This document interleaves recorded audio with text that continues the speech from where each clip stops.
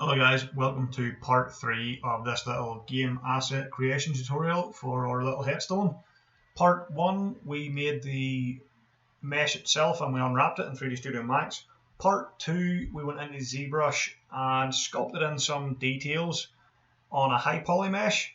And now in part 3 we're going to finish things up by going into Substance Painter and painting on our textures onto our low poly mesh again.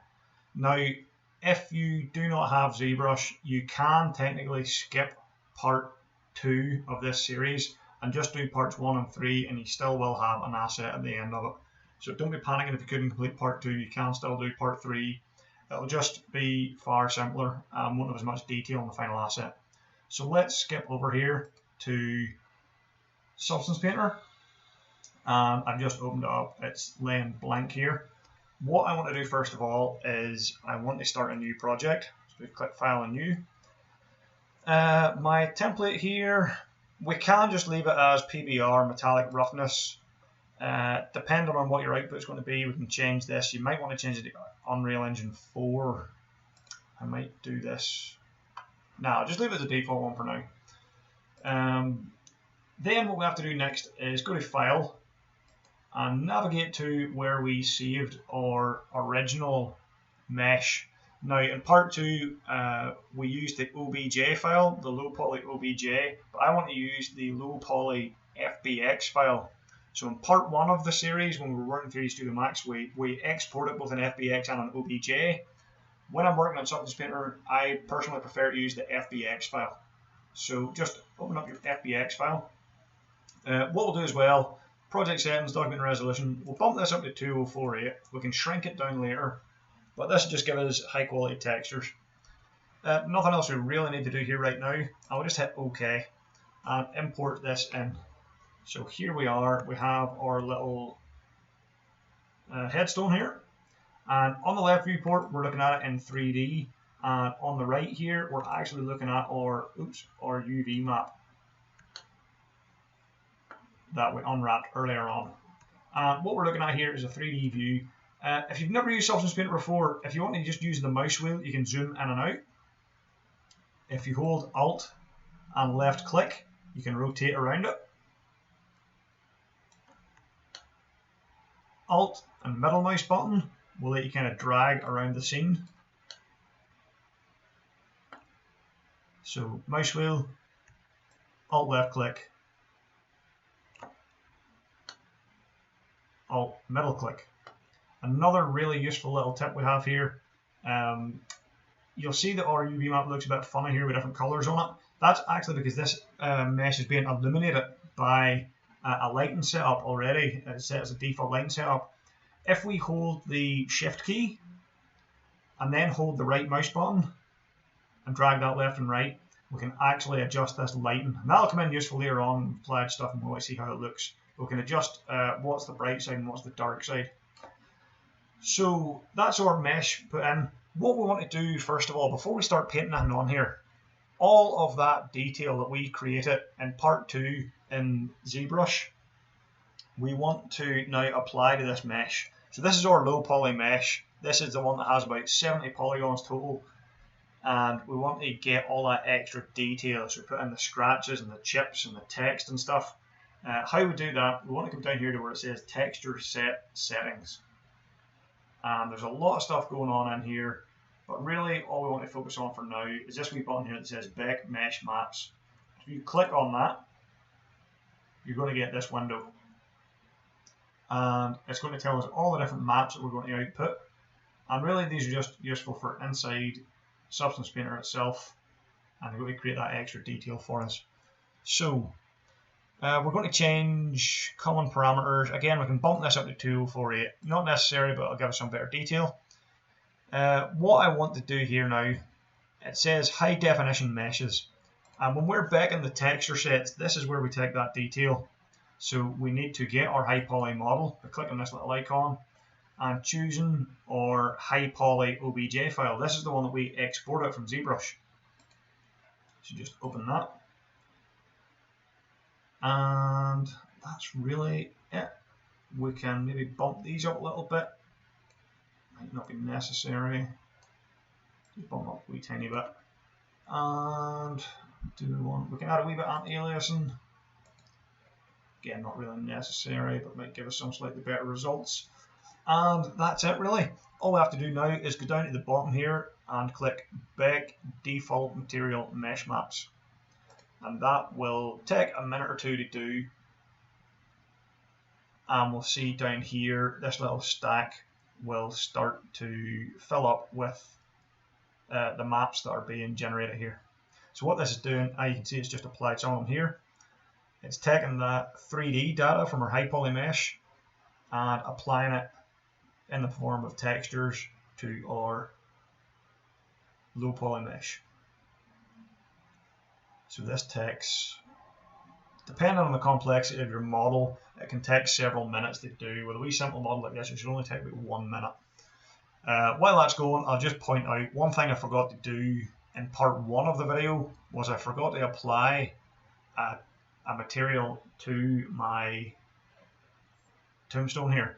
But it's not really a big deal because when we come into Substance Painter, it will have a default material applied there. Now, if I have a complex object with about 5 or 6 different materials on it, I would want to name them 1, 2, 3, 4, 5, 6, whatever the names are, and it would just make it a little bit easier to determine what they are here. We just name them. As it stands, it just comes in with the default material, and that's why it's in here: baking, default material, thickness, baking, default material, ambient occlusion, or whatever. So just you can, before you export from 3D Studio Max, apply a material to it and give that material a name, and it'll just give you a more intuitive name up here than just default material. So we're nearly done, up to 85%, and we can see some of that detail being applied already. How's everyone doing out there? Are we all good? Okay, we are finished. Thank God. We were going to have to engage in some awkward conversation there. So we can see there we've baked our mesh maps, and now these wee slots that were empty beforehand now have a lot of stuff going on in there. So that's us. We are now ready to paint.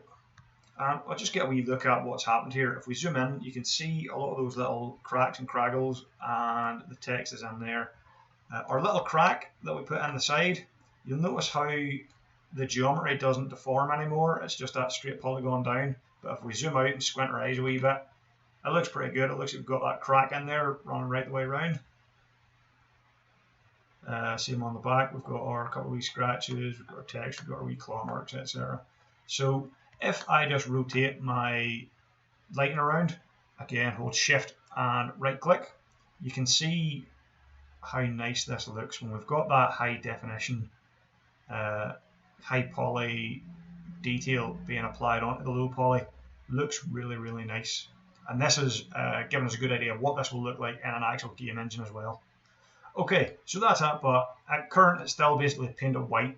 It's just a white model, so we want to add some actual texture detail to this. I'm not going to spend too much time on it. I'm going to keep it quick, just to keep the video itself quick.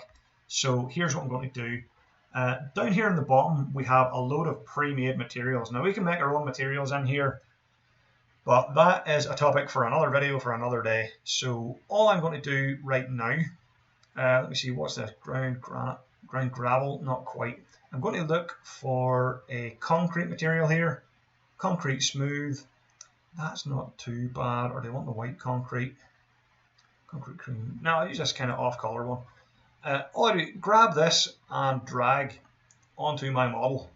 And there we go, we've added that bit of concrete there now. And what you see is we've got a layer tab here. And if we toggle this on and off, it will add that material to it. And we can just put layers on top of this. Now what happens is when we drag this over here, it fills the entire mesh. The entire thing is now covered in concrete. Now we don't always want that. So what I can also do, I am going to look for, do I have any kind of mud material? Let me see. We also have smart materials here, which is another set. Do I have anything that resembles mud? Mud or muck? Mud, nothing really. I might need to make some myself. That's okay. Be worth showing you that. What I'm going to do, I'm just going to put a little bit of mud and dirt around the bottom here. So what I want to do is come here and create a new layer. No, I'll create a new fill layer actually. New fill layer, and it's just plain white, so you can see it just turns white again. What I want to do is scroll over here on our properties window. So the properties for this fill layer is up here. There's a lot of windows, I realize it's quite complex, but we'll come up to this property fill window and we scroll down on that window, and this little layer here, we can adjust all of these properties: the color, the height, the roughness, the metallic, and the normal. Now, all I really want to do is change the base color. Base color is this white color, as you can see here. I'm just going to click on that and choose myself a nice brownish kind of color. Maybe adjust the hue a wee bit on that. There we go. That's looking like nice wet mud. That's looking quite good actually. And what we can do is we can adjust the height, and we can adjust, we'll not see any difference here at the minute, we can adjust the roughness. The rougher it is, the less shiny it'll be. So if I want wet mud, I will maybe bring that roughness value down way low. Metallic, I don't want it to be metallic. Metallic is not, or sorry, muck is not metallic at all, so we're going to leave that as 0. And this just gives us a nice wet muck kind of look. But the problem is now the entire thing is covered in wet muck. We don't want that either. So what are we going to do? We're going to add a mask to this and mask out most of this so that the muck only appears in our selected space. So here's what I'm going to do. With this fill layer selected, we've got this wee icon here, add mask. I'm going to click on it. We're going to add a black mask. Now, if you've never used masks before, masks basically, they take a black or a white value for all over our texture. So we'll have a full white screen going here or a full black screen going here. What that mask represents, anything that is white, we show it, and anything that is black, we hide it. So what we're going to do is we're going to add a black mask, and we're going to hide all of this muck. Black mask, so now we can't see the muck anymore. And now what I can do is I can paint on the layer itself directly, or I can paint on the mask. And when I paint on the mask, I can only paint with black or white. I can't choose any other colors, black or white. And what I paint as white will become visible. So here's what I want to do. I've got my little pencil tool selected here. And where is it? I can just change my color here. All the way down the bottom, grayscale. My color at the minute is white, or I can change it to black. And if I leave it at white, I can now start to paint the muck onto my texture. And you can see there with the roughness, it's looking just that little bit wet, that little bit shiny. So we'll undo that. It's going to be a bit of a pain to actually try and paint this by hand though. That's not really looking very nice. So rather than paint that, I'm going to change my brush shape. I'm just going to drag this down a wee bit. We don't really need to see this right now. I am going to come back here to my properties. So now this in the mask, it changes from properties fill to properties paint. And it gives a few different options. So the thing I really want to mess with here is where it says alpha. Now we looked at alphas in the last video in ZBrush, and again it's just the brush shape. So what I'm going to do is click on this, and these are all the different shapes that we can paint with in Substance Painter. So if I take any random one of these, take these arrows, and I start to paint on here, you'll see it paints in that color. But I don't want that little arrow. I want something that looks a bit like dirt and muck and scratches. What's this here? This one looks quite good. So we're not really seeing much there, but if I make this, just scroll up here and put the size way up, and paint that on. There, now we're starting to get a bit of muck. And if I just kind of slowly paint that on there, we are getting something that looks a bit more like randomly placed mud. So just undo that from there. And what I'm going to do is just paint along the bottom. Now I can rotate this brush. It's stamping down the same thing repeatedly over and over again, which I don't really want, but just to demonstrate the technique. So you can't actually put angle jitter on. Yes, a wee setting here called angle jitter. What angle jitter will do is just every time I stamp my brush down, it will rotate it. So instead of always being orientated vertically like that, put angle jitter on. Every time I do it, it will come out at a different angle. So it doesn't quite match up the little white template, but it adds a wee bit more randomness and variety, which can make it look a bit better. So here we are, we're just adding a bit of muck to the bottom of that. It's not the best looking muck in the world. Maybe I should change my alpha up a wee bit, but we'll do it. I'll paint a wee base layer around the bottom here. And if it's too dark on one side, don't forget, shift and right click to rotate that light around. There we go. Very basic little coating of muck there. Holding Alt and left click to rotate my mesh. And just put a couple of these splashes up a wee bit. There we go. Let me see, I want to change that alpha just to something that might look a bit more natural. Again, we can create our own alphas in here, we can create our own stuff. Oh, there's a nice dirt stain one. That might look nice. I will take that, I will make you a good bit bigger. Yes, we can make our own alphas, but just for the sake of quickness, I'm just going to use the basic ones here, or the pre-included ones. I just add a few more scratches of muck. I forget it's a bit more natural.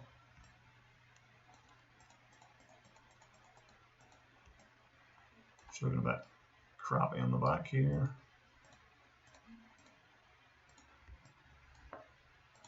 We'll just fill up. I don't know why there'd be this much muck on a gravestone. I don't know, but we'll just run with it. And that's lovely. And you can see as we glint through, that wet muck is providing a wee bit of a glint. Because the roughness value is so low, it makes it shiny.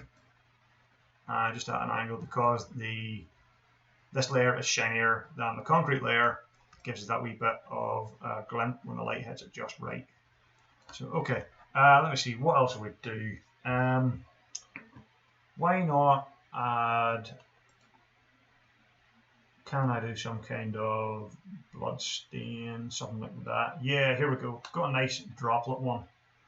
What I'm going to do, I'm going to create yet another fill layer. No, I won't, I'll just add a regular layer. I'll just add a regular layer now. And I won't need to mask this one out. The mask is only if you use a fill layer, which fills the whole thing. So I've got my regular layer, and I've got my paint tool selected, and I'm going to select that alpha again. Where was it? My little paint drips. There we are. And with this one, let me see, get a bit more room here so you can see what's going on. I'll change my base color to dark red. And I'll put my height up ever so slightly, so if I've got a wee bit of blood, it's just going to kind of stick out a wee bit. Roughness we'll keep nice and low, so it's nice and shiny, and that's all I have to do. So now I'll just come in here, I will make my size a bit bigger, it's running very small there. I'll make the size a good chunk bigger, and then splash, little blood splash on there. So if we're making a horror game or something, we have a little blood splash. And just watch, if you go over the top like I did, it might not just take as well around sharp corners. There is a way we can do this, tangent wrap. No, that's the way we want to keep it actually. So actually no, do we want that on UV instead? If I change this to UV, the alignment here, I'll place you there. No, we don't, that's worse. Yeah, keep it on tangent wrap, it's not quite perfect, but just try and avoid texture over corners like that. But we can place this. There was another alpha there, kind of nice. Another little splotches one. And we'll make you a bit bigger. There we go, a little bit of blood stain there. And again, that'll be nice and shiny when the blood hits it. Or when the light hits it, sorry, when you're at the right angle. There we go. Do you know what? I could do an entire hour-long video on different features in Substance Painter, but I'm going to leave that there for now. My muck's a little bit crappy looking at the bottom, but we'll not agonize, we'll not spend too much more time on this. Last thing I want to do, let's just say we're happy enough with this and we're going to put this into our game. We need to export these textures out now. So how do we do that?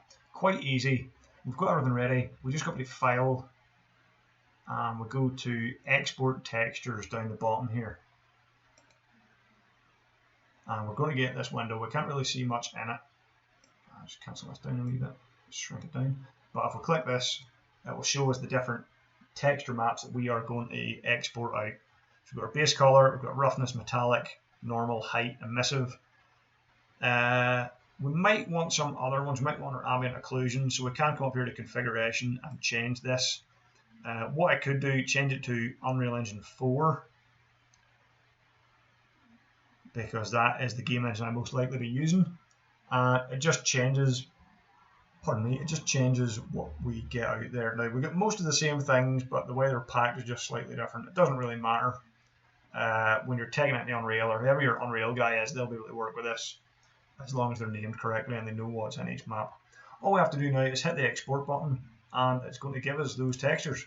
So if I hit export, and it will just give us those. I forgot to say actually, this little bar at the top, this is where we can actually save that to. Export successfully finished. So if I just do that again, I'll just show you export textures. We click on this and we can change where we actually want it to go to.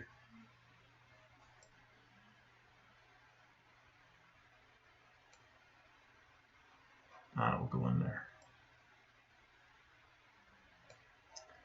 We can also just change the file type. Chances are we'll just leave them as PNGs, but if you want to, you can change it up here. That's really it.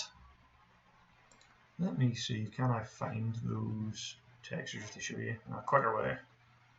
Export textures, I'll just change it to be in our location here.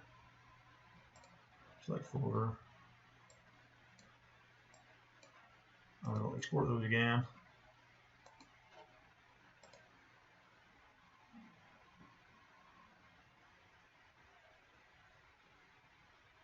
Just give that a second to actually export those. We have our,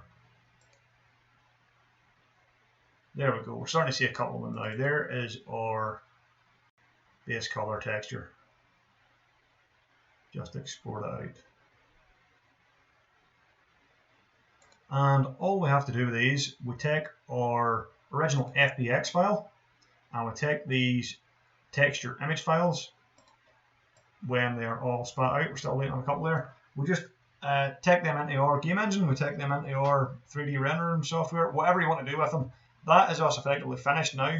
We have, once we export these textures, we have our finished game asset. And we just recreate that in Unreal, drag in the mesh, drag in the textures and assemble it in there, and that's all we really have to do. So that's it. That is a very, very quick rundown of the game asset process.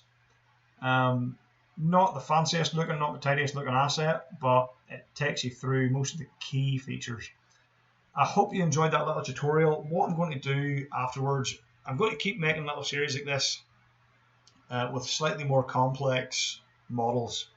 We'll maybe just add in a few more features each time, make the mesh more complex, make the ZBrush more complex, or maybe do a bit more in Substance Paint or whatever it is. But that is, as far as I know, a decent little run through of the game asset workflow. So if any of you have any questions, please feel free to ask down below. We didn't cover everything there, and we went through a lot of stuff quite quickly. So yeah, if you have any questions, ask down below. If you are actually a 3D artist, or you work in the games industry or the VFX industry, and you have any comments or suggestions, by all means leave them below as well, so that viewers, people who are trying to learn, can pick up some tips. I don't expect I have done everything perfectly there. I don't expect I have done everything the absolute best way it can be done. So if you do know any tips, please leave them down below. Hope you enjoyed that little series, guys. I'm going to leave it here now. I think this video's went on long enough. And I will see you next time. Also, don't forget to save your work. So before I forget, we will save this. Where am I going? Where do I want to save this? I have no idea. We'll just save it there. There we go. All right, that's us. See you later on, guys. Thank you very much for watching, and I will see you next time.